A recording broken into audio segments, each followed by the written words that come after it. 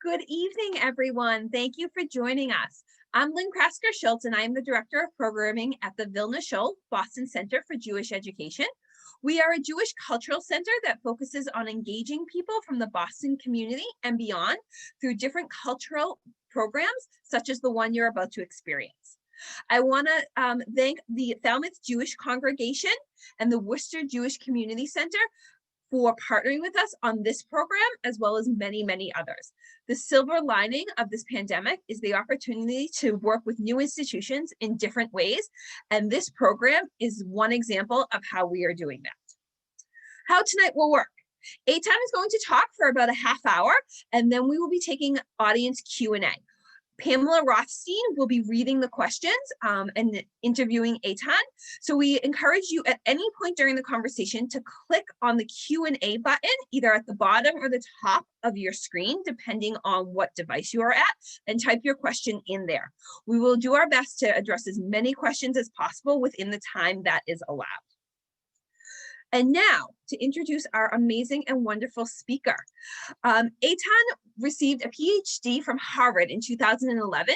He served for 6 years on the faculty of Yale as an assistant professor of political science and a resident fellow of the Institution for Social and Political Studies before becoming a tenured associate of political science at Tufts.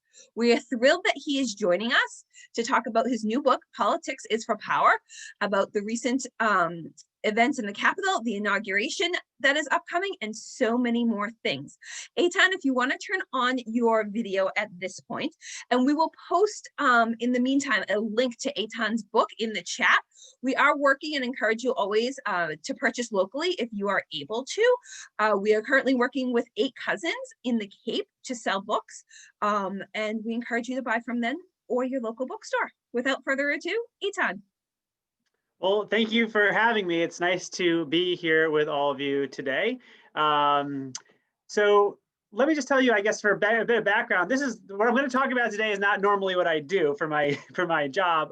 Most of my research and teaching is on topics like voting rights, data analytics and campaigns, voter participation, a lot of stuff that's like really boring articles with lots of tables. And I wanted to do something different when I wrote this book.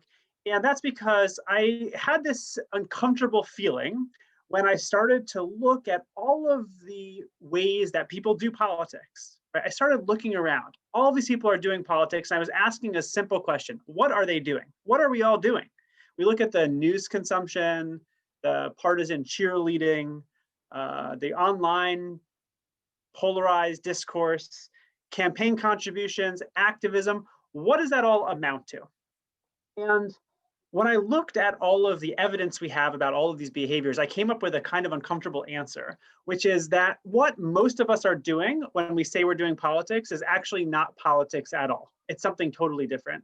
It's what I call political hobbyism. It's something that we're doing for ourselves, for our own emotional and intellectual gratification, rather than to achieve any goals, right? Because if you were in my class as a political science student and I was going to define political participation for you, I would say that political participation is working with other people with some goal and some strategy for achieving that goal to influence the government, right? You have a goal, you have a strategy, you're working with others, you're trying to influence the government.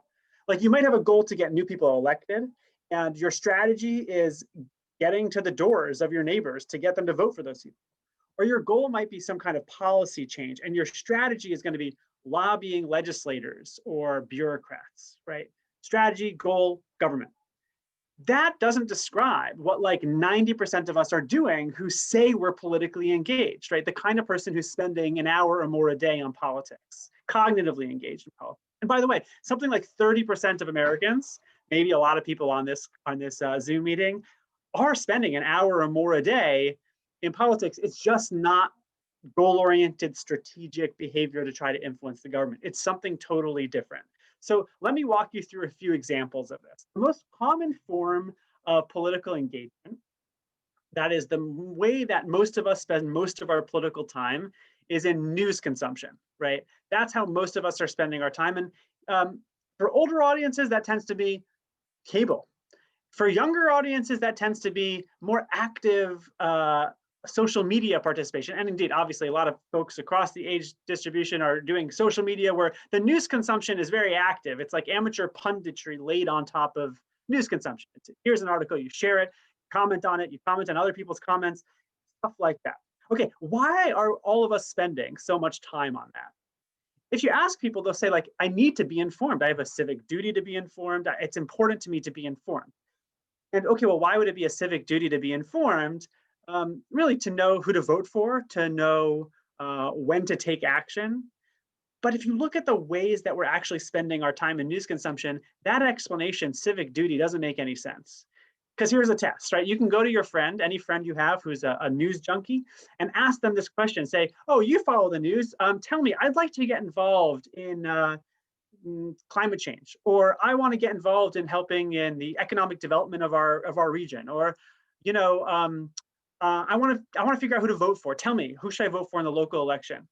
The news junkie, in response to any of those questions, blushes and says, you misunderstand. You thought I was following news that would be helpful for taking action, voting in local elect. I don't follow anything like that. All I can tell you is every detail about the Trump saga. I can tell you about the impeachment trials, plural. I can tell you about the Mueller report. I still remember those details. I can tell you about everything happening in Washington. But I don't know a darn thing actually about how to take any action myself. Or even what's going on at the state and local level, right? So the news consumption we have doesn't seem geared toward civic duty. And in fact, the most educated people in America spend the least amount of time on that local news consumption that's going to help them learn about how power flows through their communities, who's in charge here, who are the lawmakers, how does things work here.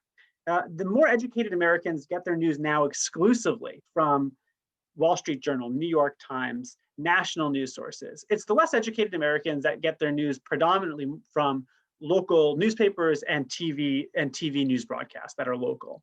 All right, so let's set aside news consumption for a second. What about voting? So voting is a strange thing in American politics because we have this very well-known phenomenon where Americans vote most when it matters the least, right? So here in Massachusetts, a lot of people voted in the presidential election, 2020. even though in Massachusetts, of course, it was never going to be close. You go back to every presidential election. I'm thinking about 2008. Many of you will remember that was a big moment, just sort of like this moment where there was an incumbent Republican president who was, there was a lot of, who was doing a bad job, and the economy was collapsing, and a lot of Democrats were excited about Obama, and they, made donations and shared viral videos, and they voted at record high numbers here in Massachusetts, right? Many of you remember, if you're from Massachusetts, not 15 months after that election, Massachusetts actually became very important nationally. And it became very important in our own state because we had a very critical Senate election, a special Senate election to replace Senator Ted Kennedy, who passed away. And the Democrats had 60 votes in the Senate at the time, so that was a very important threshold for being able to overcome a filibuster. And all eyes were on Massachusetts. But what happened in this very close election when Massachusetts was important? On the Democratic side, right, there was all that excitement in 2008, just collapsed, right? Turnout collapses in 2010, especially in the Democratic areas. On the Democratic side, turnout just collapses in 2010, 2014. Among Democrats, among young people who were excited about this celebrity candidate in Obama. And then when he wasn't onto the ballot, no thank you. I'm not interested in the policy agenda. I'm not interested in these boring legislators. I'm not interested in his healthcare plan. It sounds kind of complicated. Right? And we see this over and over again, right? So we just had this exciting election, big important election nationally, massive turnout here in Massachusetts. But what's going to happen in 2 years? I think every political scientist in America will bet, for one thing, the Democrats were going to lose the House of Representatives in 2 years, probably the Senate too. And now that there's a Democrat in the White House, that's going to collapse. And of course, it's the opposite with the Republicans, right? So the Republicans largely sat home, or to a greater extent sat home, once their candidate, Donald Trump, was on the ballot compared to when he was off the ballot. So we don't vote in local elections. I mean, in local elections here in Massachusetts, we can have turnout rates at 15%, 10% sometimes, school board, these kinds of things, and not in the high elections. But what's interesting about that, right, is if you ask people on both sides, Democrats or Republicans, what are their most important issues? Democrats say things like racial equality. I mean, everyone right now says COVID. Okay, COVID aside. Everyone says, Democrats will say things like racial equality, and they'll say the environment. The Republicans will say the economy. And whether you're saying the economy, the environment, racial equality, that stuff is really on the agenda at the State House and in local communities. Things about policing, things about school funding, policies about housing and transit. These are all really closely tied to what Democrats and Republicans say are really important issues to them. But again, most people who have a voting appetite don't have a voting appetite to learn about these issues. And people who have a news appetite don't have a news appetite for these issues. Okay, let's talk about activism for a second. The most common form of activism in American politics is online petition signing. And if you look at what kinds of things people sign petitions about, it's really, maybe disappointing is the right word. So a colleague and I, we looked at every single petition that went to the White House during the Obama years. And what we discovered is that if you add up all the petitions that are about big domestic issues, healthcare, education, taxation, parental leave, libraries, anything like that, that was 5% of the petitions that went to the White House. The rest, or some of them just were jokes, Pierce Morgan should be deported, things like that. But a lot of them were just very small issues, like the FDA shouldn't regulate premium cigars, got a ton of petitions, way more than anything related to taxes, healthcare. The White House should recognize diaphragmatic hernia awareness day. That was a big petition, right? The petitions were about kind of little stuff. So if you look at all of these behaviors, I think, realize that what most Americans are doing, most Americans, 90% of people who are cognitively engaged in politics, are doing something that looks more like a hobby than it does look like the pursuit of power for the things that they care about, right? It looks like if you're coming down from Mars as a Martian and looking at news junkies, political junkies, you would say, these people just look like the sports fans, but the topic is different. They're not obsessed with Tom Brady and Giselle. And they're obsessed with their characters, years. And that hurts to say that politics for a lot of people is like a hobby, because I think a lot of people have much stronger values inside them that are conveyed in what they're doing. But nevertheless, I think it looks like a hobby, and you can see uh, in the data just this remarkable difference between the news appetite and the political cognitive engagement and real engagement, right? You see that, for example, the majority of people who are getting the news every day a lot, the majority of them belong to 0 organizations. In the last year, they say they've attended 0 meetings for any kind of civic or political activity. They said in the last year, they've worked 0 times with anyone else on any kind of civic or political project. If you look at the people who said they were afraid of Donald Trump, fewer than 5% in 2016, and even in 2018 reported any kind of volunteerism around. Now, 5% is a lot of people. So you saw people, of course, in 2016, especially after 2016, you saw people forming organizations, and I'll talk more about that in a second. But for the vast majority of people, news consumption, emoting about politics, expressing about politics, that's what politics is for them, something that really is close to a hobby. Okay, so let me walk you through the 4 goals of this book. The first is the thing I just said, which is a diagnosis. If you look at human behavior when it comes to politics in America today, it looks more like a hobby than pursuing an agenda for the government. The second goal of the book is to evaluate where this comes from historically. Are we at a point of high political hobbyism or low? How does this change in the last 4 years? How has it changed in the last 4 decades? And some of that story is a bit too complicated to talk about right here, though it's in the book. But one of the simple parts of that historical story obviously has to do with technology, which is that we have, over the last decade or so, really shifted a lot of our leisure to things we can do in 5-minute stints, right? So we can toggle back and forth on our phone from work to checking Twitter. Or if politics isn't our hobby, but like, I don't know, we're a foodie, we can toggle to watch people make, recipes. We can toggle over to sports statistics. And in the end of the day, some people have like an app on their phone that says, you spent on average 3 hours a day on your phone. Holy moly, it didn't feel like that. But that's because we spent it in 5-minute stints, right? And so what that does in politics is it gets people to spend a lot of time in politics, but never that hour in the evening. Never that 2-hour block where they can say, okay, this is the time I'm spending to politics, and I'm now going to work with other people and have a goal and have a strategy to achieve some outcome I care about. Okay, so there's an historical story, and I'm sure in Q&A we could talk more about what that historical story looks like in the last few years. The third goal of the book is to evaluate a question that some of you might have, which, as I'm talking, which is that maybe this is a good thing. All of this newfound energy, enthusiasm for politics. And indeed, I mean, in this since Trump's election in 2016, engagement in the news has never been higher, right? As we've had this over time, generations-long decline in real organizational involvement, we've had skyrocketing levels of people following the news, saying politics is really important to them. And so maybe it's good. And you might think that political hobbyism, as I'm describing it, like online political engagement, is good because maybe you think it's like a gateway into real participation.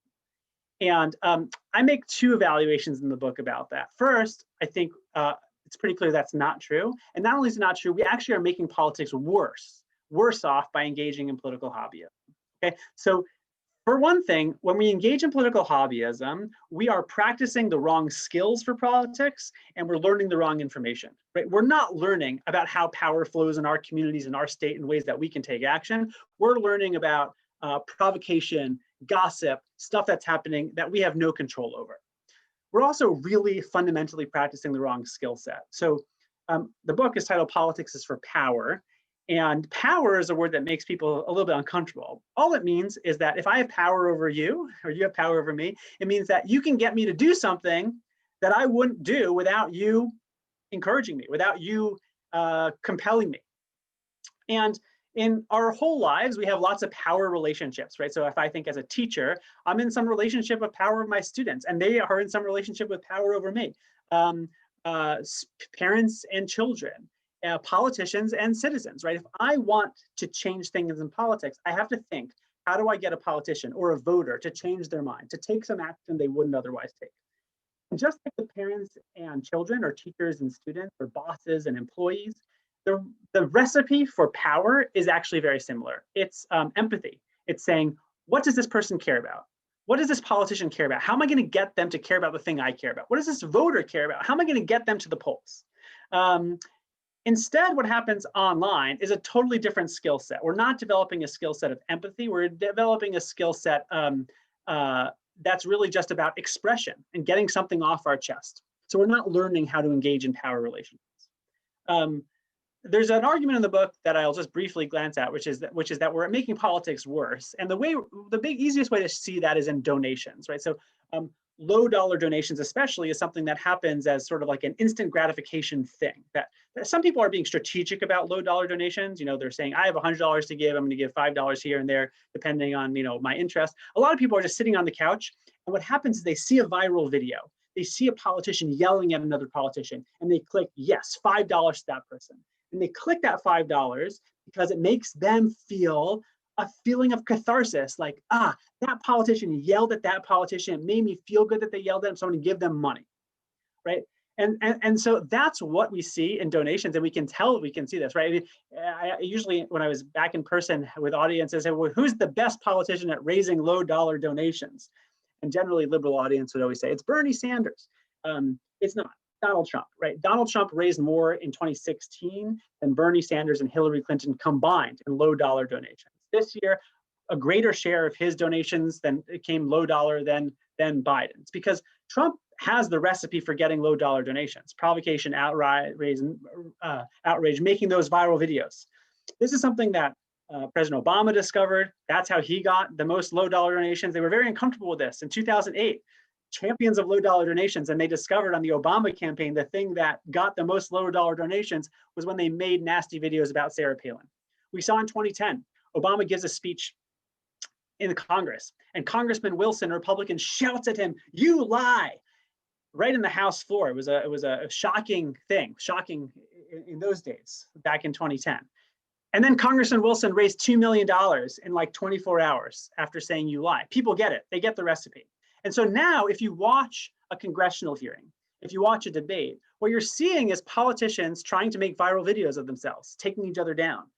And they're doing that not because they're jerks, it's because we're jerks. We're the ones incentivizing them to do that. So that's the third argument, that this is actually not just a waste of time, political hobbyism, but it actually is it's counter to our own goals as citizens, and it makes politics worse. The last goal, and the most important one, I've saved it for the end, but it is the most important one, is that what's the alternative to political hobbyism? And everything I might have said so far might come across as somewhat of a bummer, like, oh God, like, are we just, what is this guy coming here on Zoom on a Thursday night to tell us we're all doing politics wrong and that we're all a bunch of jerks? That's not what this book is about at all, actually. This book is about the alternative, how to do it differently.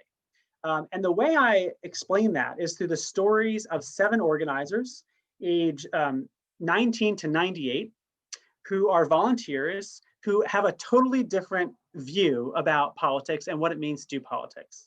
So let me just spend a few minutes telling you one of those stories, just to convey like how different real politics is from the political hobbyism that most of us engage in.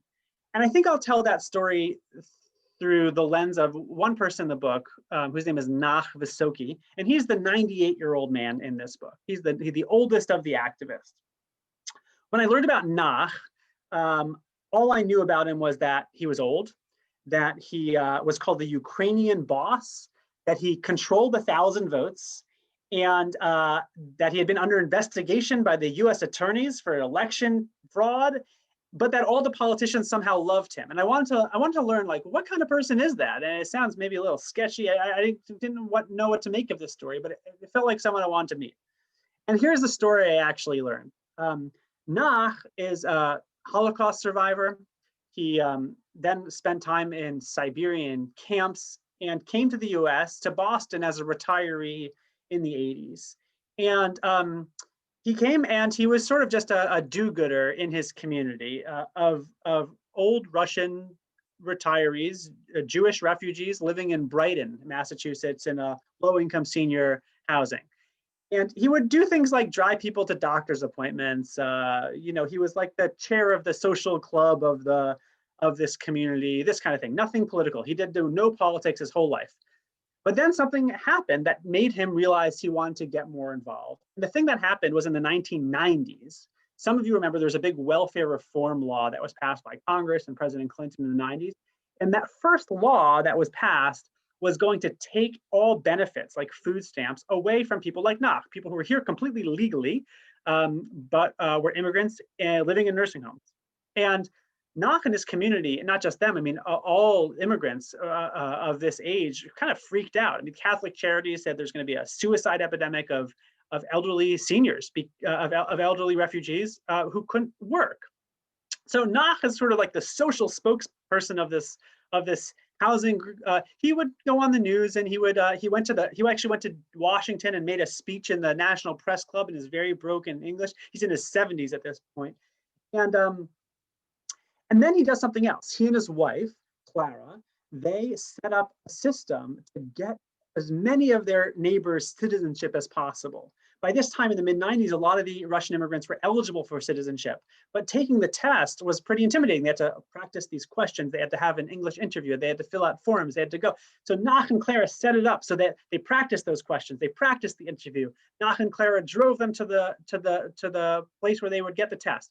And over a couple of years, they got 300 of their neighbors' citizenship.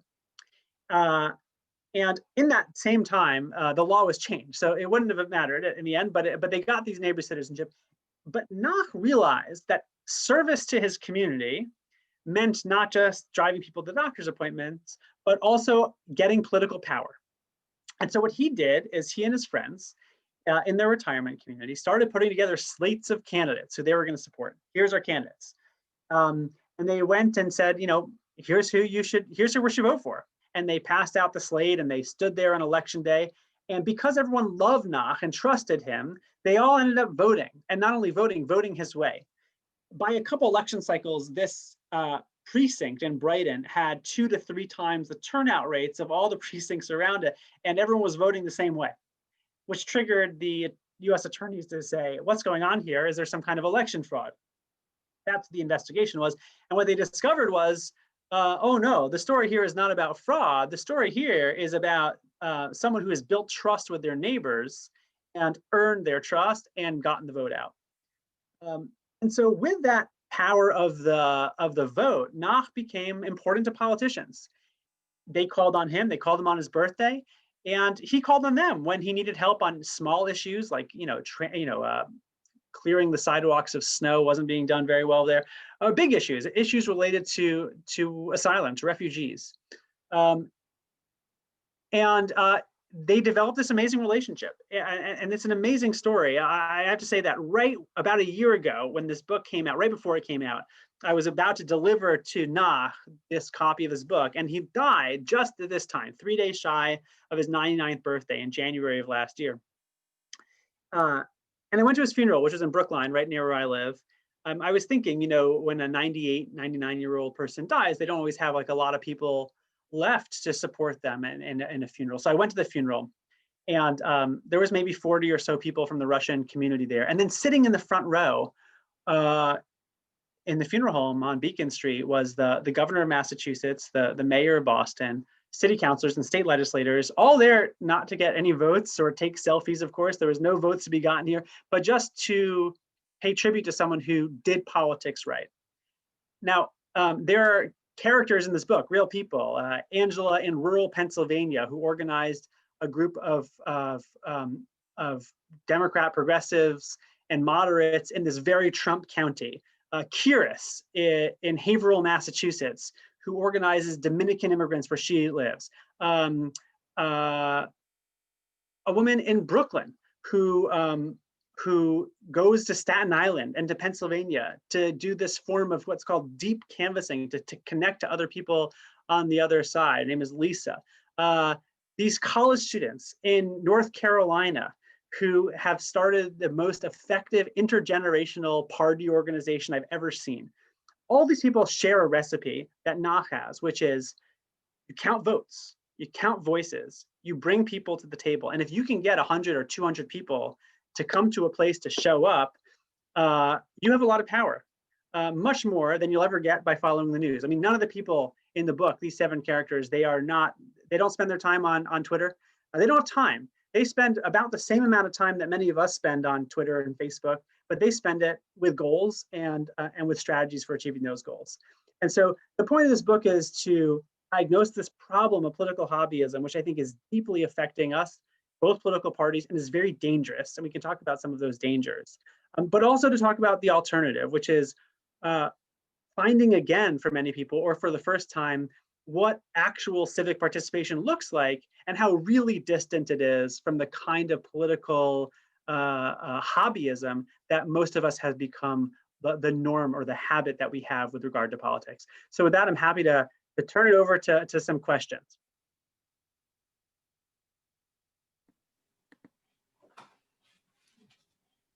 Hi, everyone. I'm Pamela Rothstein, Director of Lifelong Learning at Falmouth Jewish Congregation. So I'm going to initiate this by posing some questions and encouraging you to pose your questions in the Q&A, not in the chat, but in the Q&A. We've got a few that have come in, but I'm sure that we have a large audience and that you have questions. So I'm going to start with one of my own.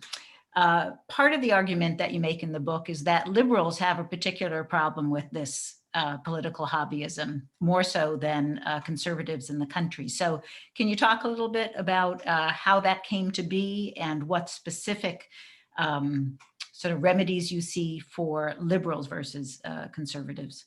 Yeah, so there are a couple of structural reasons why, I mean, political hobbyism you can see among all people, particularly people who have time. So you see it the most among retirees, and you see it among young people. You know, you don't see it as much around people my age with 3 little kids. There's not that much time, as much time. But when you have leisure time, people are using their leisure time in political hobbyism. But there are some structural reasons that Democrats have a bigger problem with this than Republicans. I'll cite 3 of them, actually. One of them has to do with religion, which is that particularly college-educated white Democrats have really abandoned religious communities over the last 10, 20 years. They identify as spiritual but not religious. They want to, it's a political spirit. If you're spiritual but not religious, it's sort of like a parallel to being a political hobbyist. That is, you might want to try to extract some personal benefit from religion, like maybe you have like a spirituality iPhone app, but you don't want to obligate yourself to a community. That's exactly what political hobbyism is like. You want to learn information, you want to feel political feelings, but you don't want to obligate yourself to a community where people are going to ask you to do things, right? So that's a big problem on the left, not on the right, because the right, a lot of people are centered in church-based local social networks. And what that means is that if you are in a church or synagogue network, right? Like when I'm in a synagogue network, right? I have most of my friends who live near me in Brookline are friends from my religious community. And sometimes before an election, I'll send 100 people an email saying, here's who you should vote for local elections. And some people, because they don't follow local politics as much as I do, they say, thank you. And they go in with a slate that I voted for. And now I've increased my vote by 20 or 30 votes, right? That happens all the time on the political right. It's not like there's anything that the pastor is saying. It's not that the rabbi is saying. They don't need to say it. People know each other. People have human connection. On the left, what's happened is in the absence of church-based connections, the left is really focused on like Band-Aid solutions to voter engagement, which is canvassing, door-to-door, and phone banking and sending letters, all interactions that are between strangers, right? A stranger contacting a stranger. And that stuff works. You can increase voter participation by making phone calls and canvassing. It works, but it's a Band-Aid for a lack of those deep relationships that typically in the US are focused on churches. And right now we've seen this just fairly sudden over not that many years, a collapse of religious engagement on the left and not on the right. Another thing has to do with young people. So young people right now are overwhelmingly Democratic, but young people right now don't have the same residential stability as young people a generation ago. right? They're not settling down and having kids until much, much later. They're not buying a home because in most of the places where people want to live closer to cities, there's an affordability crisis. And so you have all of these people who are renting homes, they're deferring marriage and children, and they're quite nomadic. And it's hard for them to say, I'm now ready to buy into my community by participating actively. There's a third problem on the left, which is that there's a lot of cognitive dissonance on the left. So on the left, a lot of people want at the national level, big ideas. They want the Green New Deal, stuff like that, big national healthcare plans. But when it comes to state and local politics, they actually don't want that stuff. I mean, here in Massachusetts, a perfect example, we have a US Senate race that just happened where the candidate that won, Ed Markey, came on the tide of people who want the Green New Deal. But we also have among Democrats in Massachusetts, something like 90% approval rating for the Republican governor who doesn't want to raise gas taxes, who is very, very status quo with respect to environment, transit, housing, all that stuff. So this is like a big, what people call Nimbyism, not in my backyard. That is, I as a Democrat might say, I want these big things, but I actually don't want to pay for it. I don't want to have my taxes go up. And that cognitive dissonance, I think, creates hobbyism, a bigger hobbyism problem on the left and the right as well. Okay, that could spur a whole series of questions, but I'm not going to go there right now because we have more coming in. I want to pose one more. How effective do you deem protests to be in terms of activating people on a local level in particular, also on a national level? Do you see that as part of a sort of a means towards or a path towards deeper engagement? And how effective are they? Yeah, so protests are very interesting and complicated because sometimes protests are just cathartic. They're there, you might go to a protest because you want to feel connected to other people, you might want to express yourself, but you don't have a strategy. But that doesn't mean the protest organizers don't have a strategy, right? They might have a strategy of recruitment, right? They might want you to come there because this is the first step for you to be recruited into their cause, right? If you think about the Black Lives Matter protests that were very, very common, well attended over the summer, it's not necessarily, people might have just attended a protest because they want to express themselves. They want to have solidarity with this group. There was no strategy other than not feeling a solidarity. But the organizers had a goal. The organizers were saying, thank you for coming. Thank you for coming to this protest. This is step one.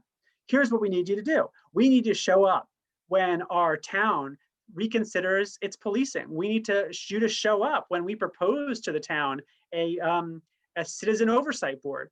We need you to show up on these things. Now, so here's the thing with hobbyism, right? Was attending a Black Lives Matter protest a hobbyist activity? Well, I think that's a question that each person has to answer themselves. If you were the kind of person who went to one of those things, was it the first step for you? And you said, wow, I was recruited into this and now I'm going to do the next thing. Or was it the beginning and the end of your engagement? If it was the beginning and end of your engagement, that kind of feels more like, well, then it was just for you. I have to say that since the Black Lives Matter protest, I personally have been spending something like 3 hours a week on a commission for my town in Brookline. And one of the most startling things, we had, it's a very liberal town, 90% Democrats. We had lots of protests around Black Lives Matter. The town sets up this commission, 11 people on this commission. I'm one of them. The majority of them are not white. We start having public hearings.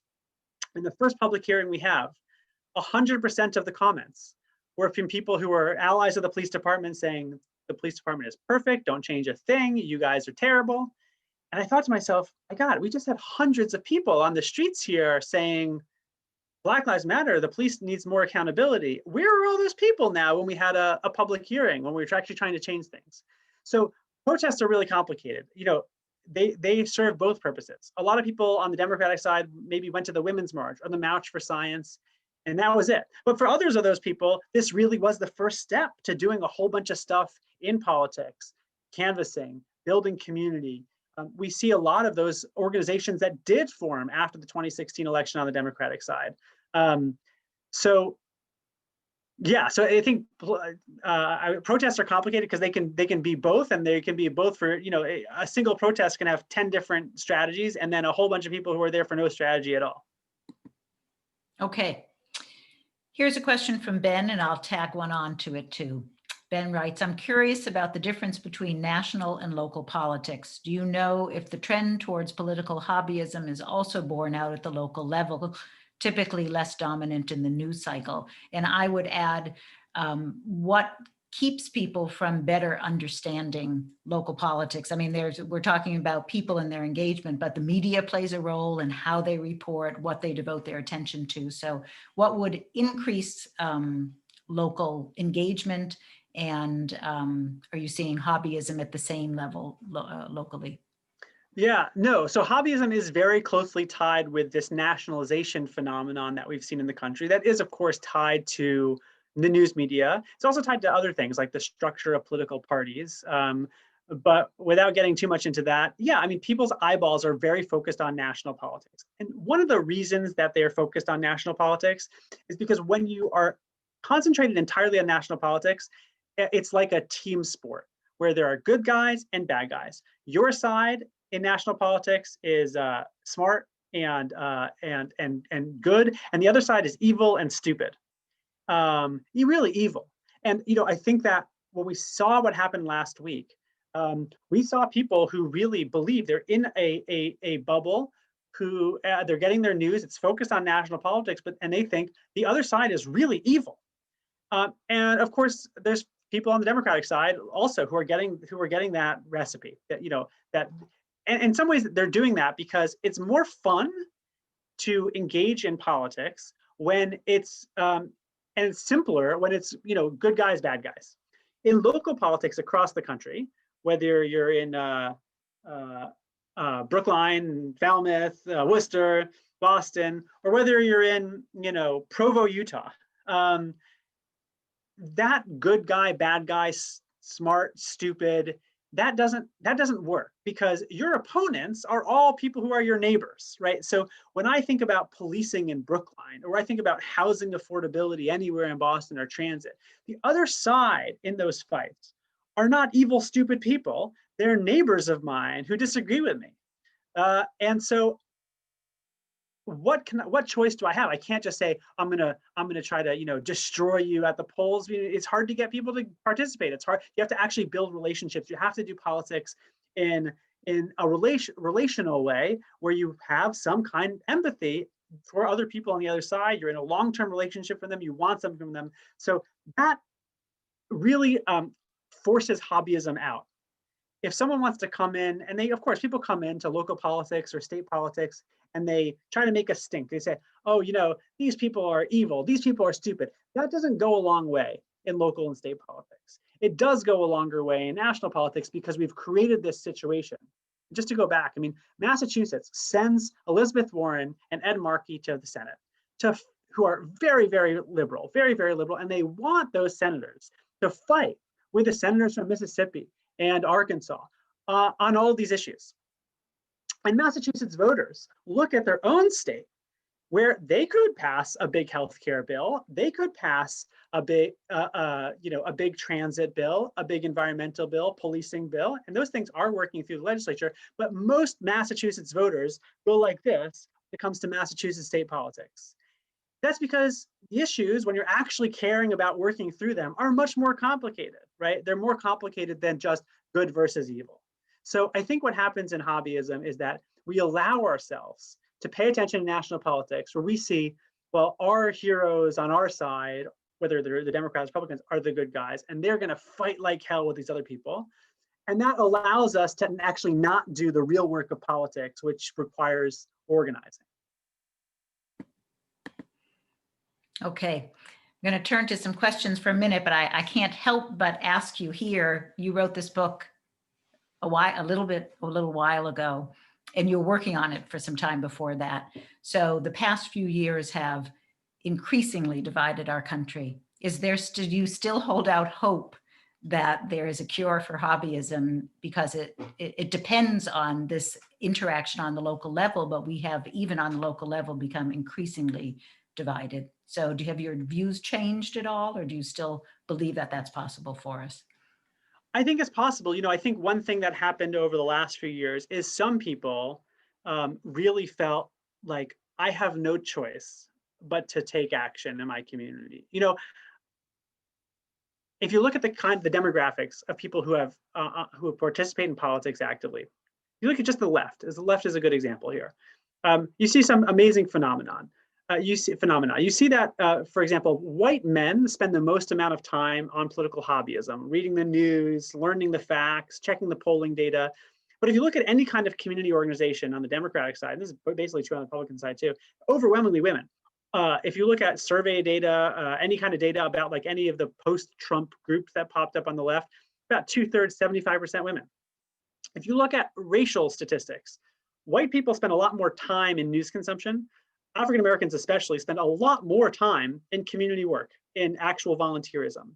And I think the story behind these demographic trends are that if you feel like you need something from the government is threatening to you, you need to take action, then you do. And if you don't feel that way, you don't. I think what's happened since Trump, and really especially in the last week, is a lot more people said, holy moly, I have no choice but to participate. Our country won't survive if more people don't participate. More businesses taking their civic role seriously, both large businesses and small businesses, and more citizens saying, community leaders, saying, we can't just go on like this anymore. We need to actually take our country into our own hands and fight for the things we care about, or else, we're in trouble. There's in the opening of the book, I tell a story about the 2018 election 2 years ago. And that story is about the Ku Klux Klan. And in 2018, the Ku Klux Klan went around in North Carolina. And you know what they did? The story is that the Ku Klux Klan went around North Carolina 2 years ago and said, hey, opioid addicts, do you have an addiction? It's not your fault. We're here to help you. Come to the White Knights of the KKK. We're here to help you. They had an opioid clinic. And I tell that story in the book because I want readers to say, holy moly, I thought the KKK would just be doing their violence, their rallies. Are they helping people? Am I helping people? Am I building community? Am I doing anything like that? Am I doing anything to help people who are suffering from addiction? Is my party doing it? Is my church or synagogue doing it? And I want them to know that in the absence of them doing it, I want them to see who else is doing it. And the KKK is who else is doing it. Okay, we had a number of questions come in. So here's one, very concrete. What is the role or value of civics courses in public schools or in any schools in countering hobbyism? That's a great question. And some of my colleagues at Tufts actually worked on this to the point where they helped draft the legislation in Massachusetts. We just we changed our civics education. I would say that since I published this book, I've heard from a lot of high school civics teachers who feel guilty that a lot of high school civics has become very focused on national politics. Let's all watch the Supreme Court hearing. Let's watch this debate. I mean, many of you probably did watch that first debate between Donald Trump and Joe Biden and thought, wow, this is about the worst example of civic behavior I can imagine. And by the way, colleges, I'm a college professor, we are to blame for this too. We are asked by our universities as the political scientists, can you host a debate watch party? Can you, can we have this guest speaker who was like a campaign aide 10 years ago, tell their war stories? Can you moderate that? That's all not real politics. That's like treating politics like a sport. We don't do enough of a good job in high school or in college focusing students on skill building around how to get things done in politics. Like, even the Massachusetts State House is a great example. For most people, it's a complete black box. Like, how does anything get done there? Who are the people? Who are the players? How does that work? Most of us who are grown-ups, even those who read the newspaper, can't quite figure that out. Our students don't have a good enough practical education in learning about power, about relationships, about how to get things done. Thank you. So here are two related questions. One, can you give more examples of the ways retired seniors can move toward being more politically active? And another that asks, what would you suggest for people that people do if they have full-time jobs and don't have limited resources and time to devote to issues? Sure. So let me take the second one first, because me and my wife both have full-time jobs and we have 3 little kids. But I probably spend about 2, sometimes 3 evenings a week on civic and political activities. And the way I do that, and by the way, most people who are like in my position who say, I'm too busy, I can't do this, can tell you about all of the obsessive Netflix streaming they do, right? We all have time. Many of us have time, not all of us, but a lot of people do have time. It just means sacrificing Netflix, right? And in some ways, COVID has been this real blessing for community work. As a parent, when my kids are in bed, right, I have to deal with babysitters if I want to go out. But now I have community meetings about affordable housing, about policing, of course, synagogue life. We have these meetings over Zoom, and so I'm spending hours a week on this, but it's usually at 8 o'clock at night for an hour or 2 hours. Yeah, and it's over Zoom. So I think it is very possible, and obviously technology has made that more possible, right? Technology has also made hobbyism more possible. You can sit on your couch scrolling through your phone for an hour and feel a kind of a shallow emotional connection to what's going on in the world. And that's too bad. But you can also spend an hour on Zoom in the company of neighbors planning something. So that's also possible. I think for recent retirees, and I, by the way, I should say that I think that I'm giving this advice, but I'll just say that I think when it comes to something like affordable housing, most of the recent retirees in my community are really opponents of my views on this. So I'm going to encourage you to participate in politics, but don't go against the things that I care about. Right? Here's what I would say about recent retirees. One is, build a community. Build a community and think about what issues you care about.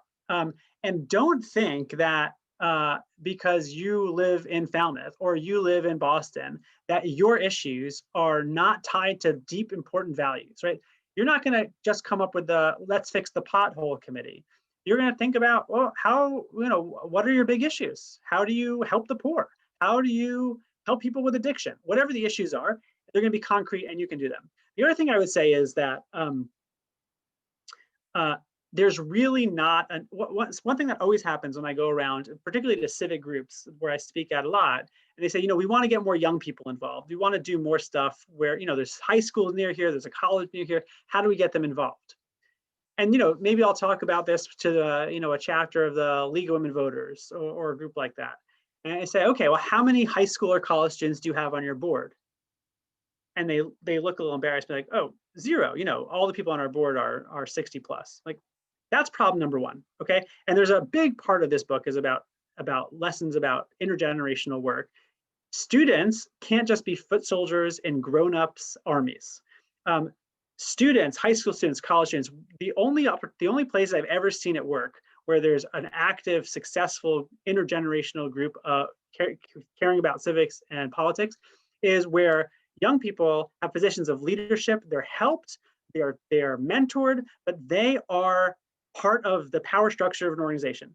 So I would say this to any synagogue, any civic group in the country. If you don't have a high school or college student on your board, you are failing.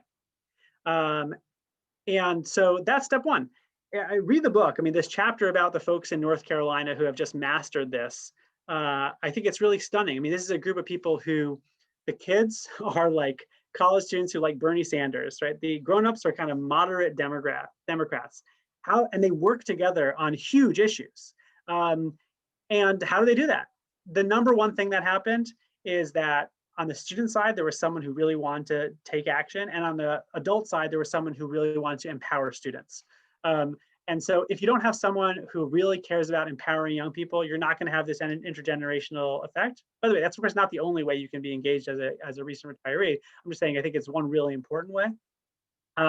But no matter what it is, it's about counting votes and voices. How many people can you bring to the table? Thank you. So Dalit asks, have you studied political trends among the American Jews? And if so, are their habits with regard to political and communal engagement the same or different from their neighbors? Yeah, so obviously, it's hard to study Jewish Americans in survey data because it's a fairly small population, but Jewish Americans really fit the trend of the worst type of political hobbyism, or the most severe kind of political hobbyism. And by that I mean, college-educated white liberals spend the most time of anyone on political news consumption, and you have Jews just like who are oftentimes in this category of college-educated white liberals, totally disengaging from community life, stepping back from being members of a synagogue, stepping back from being members of civic organizations. This is a huge trend in the Jewish community. It's killing synagogues across the country. And so, yeah, I think this is a real serious problem in the Jewish community. And, I just say the next project that I'm publishing is going to be about anti-Semitism among young people. And I think if it's not obvious from the pictures from last week, like it should be very clear. We have a huge growing anti-Semitism problem, particularly among the young right, young people who are on the far right, alt-right. And I think the Jewish community needs to take that much more seriously. And that means that, of course, every individual should figure out a way how they can be participating, but we need our organizations, we need our federations, our synagogues to make a much bigger effort to focus on young people. Yeah, I mean, I've seen synagogues, and I talked to a lot of synagogue leaders in the conservative movement. Synagogues have over time not invested much in youth leaders, in youth directors, in basically organizers for the youth of their communities. And, we need much bigger investments in that. Okay. Here's a question that's probably a common one. There are so many causes. How do you decide which one to commit to? And I'd ask you to also comment on in the past, during the past 4 years, people have been so overwhelmed by the dizzying rate of causes that have come up and problems. And that sometimes leaves them, even if they want to take action, not knowing how to direct their energies. What advice do you have? Yeah, I would say that this is maybe not great advice, but I mean, it's not, I say start somewhere, right? I mean, because what happens is I think that for folks who have not really stepped forward yet into community life, when you do, you'll find that new opportunities arise, right? So I talk in the book a bit about my own journey, but the way I started stepping into political life was without a specific policy goal, but it was focused on organizing my neighborhood, which has very low turnout. It's mostly young people and renters, and we formed a small precinct committee. What happened over time is that other folks my age and younger started organizing about a particular issue that was important to us, which is affordable housing. Why affordable housing? Well, it's probably obvious, but in Brookline and all over Massachusetts, Eastern Massachusetts, young people can't afford to move in. They can't afford to raise a family, and so we have is a crisis for not just for our communities, but for our economy, right? We have people who are pushed out. They have to drive in 2 hours to get to work, and we have a crisis in the Jewish community of people not being able to live close to synagogues because of affordability issues. And so we have a massive problem that affects a lot of people.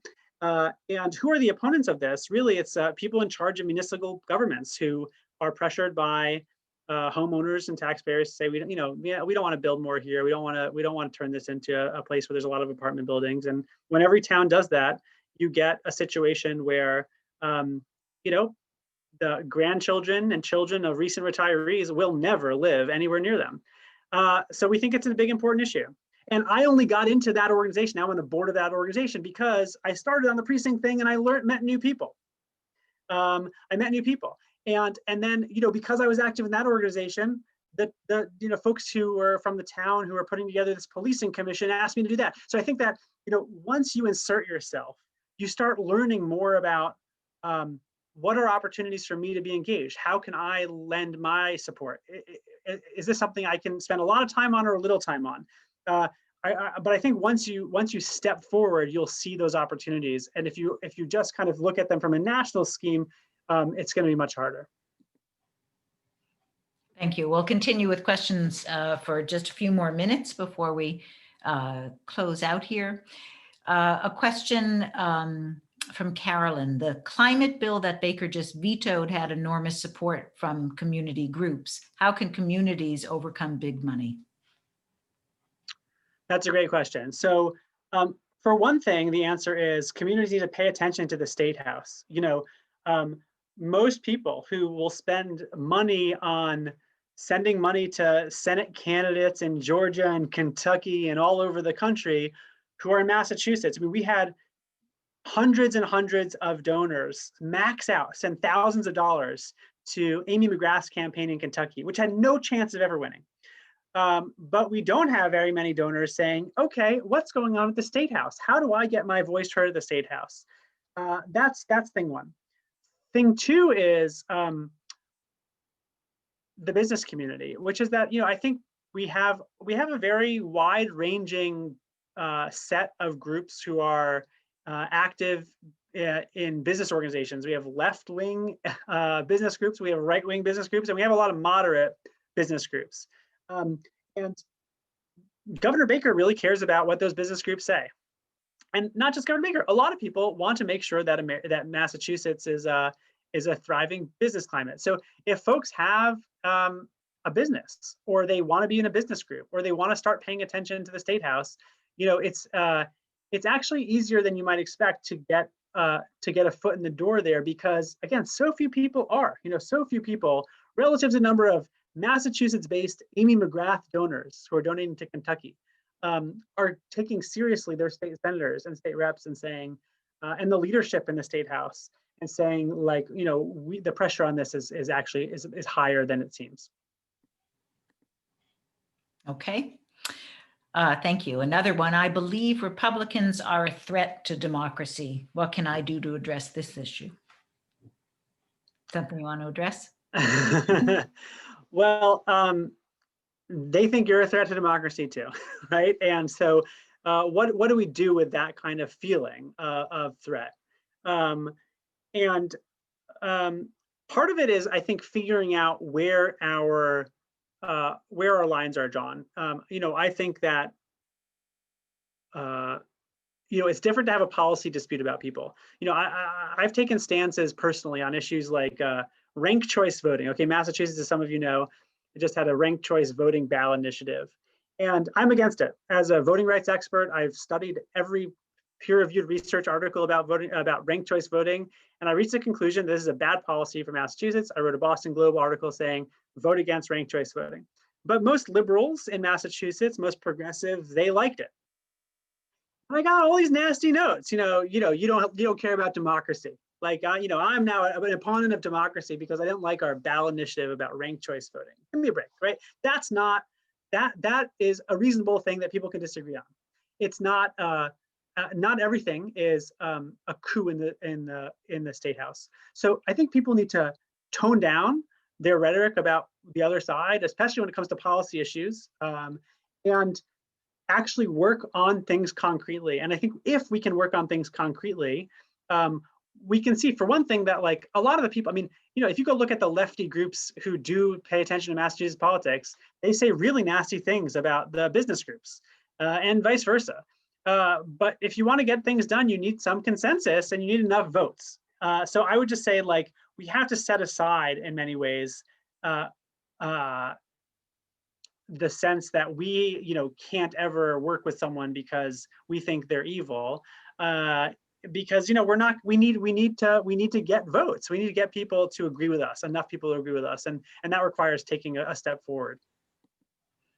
Okay, one or two last questions. So to participants, now's the time to send them if you have them. Two people ask about sort of organizations within local communities through whom they can engage. So somebody says, what other communities, in addition to faith, organizations in addition to faith organizations, can help liberals build community? And somebody specifically says, what about Jews who are not affiliated with the synagogue? Where are their points of entry? And maybe you could address something like labor unions and other institutions through which people become active.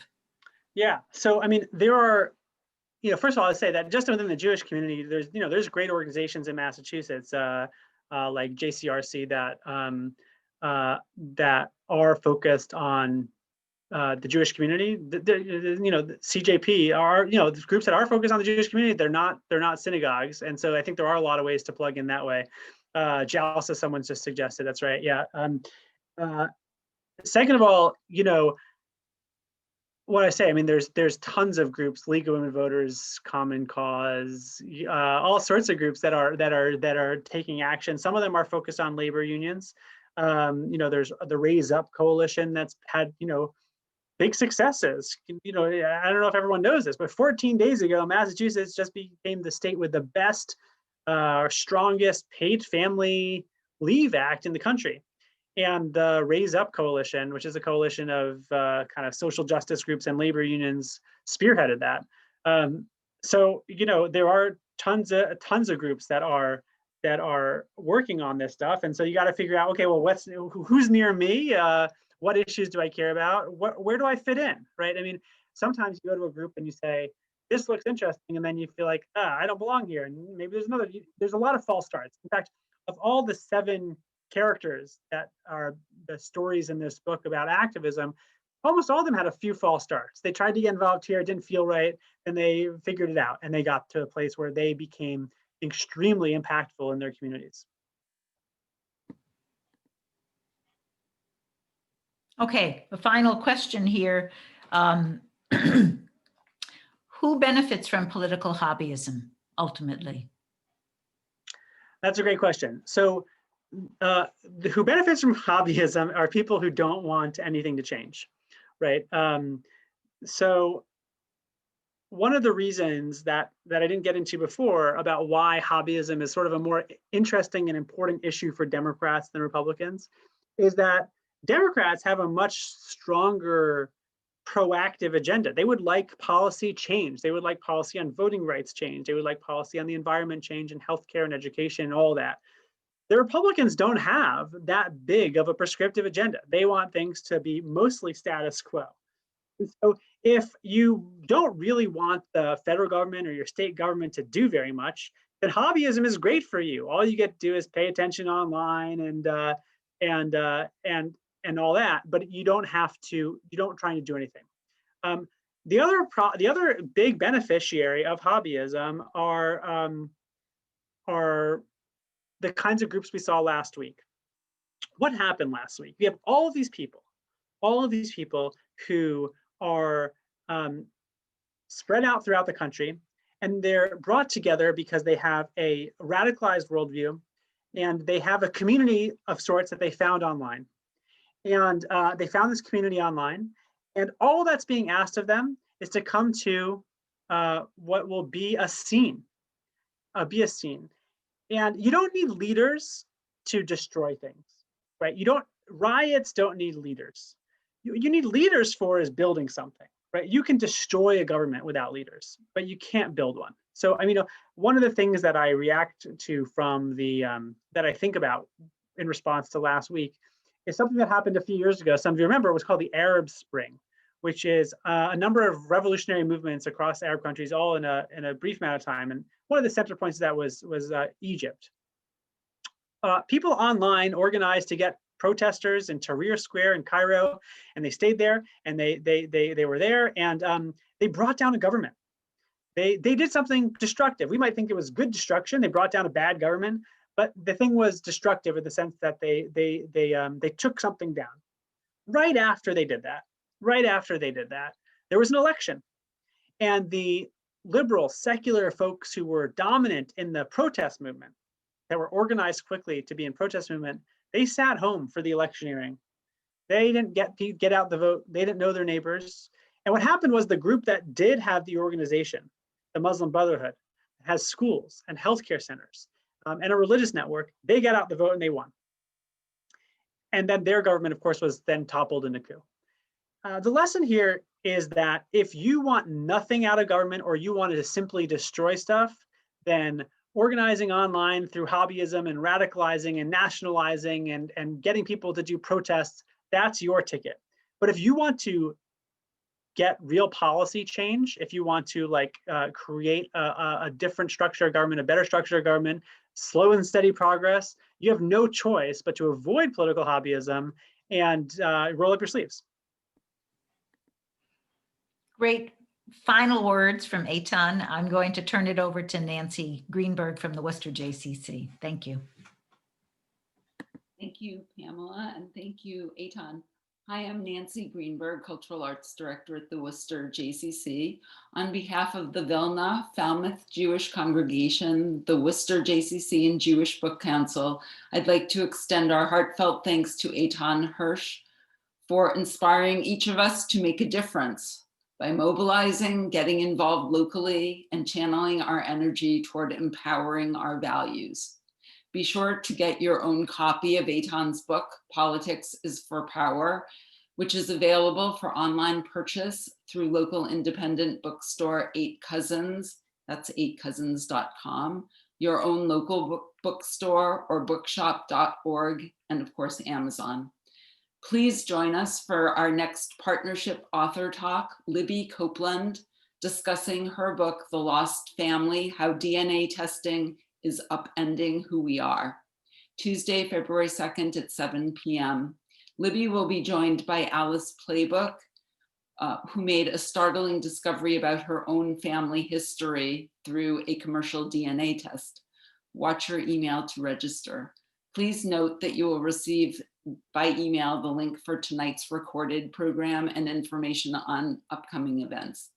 Thank you as always to my colleagues Lynn Krasker-Schultz of the Vilna and Pamela Rothstein of Falmouth Jewish Congregation. Everyone stay safe and stay well. Thank you and good night from all of us.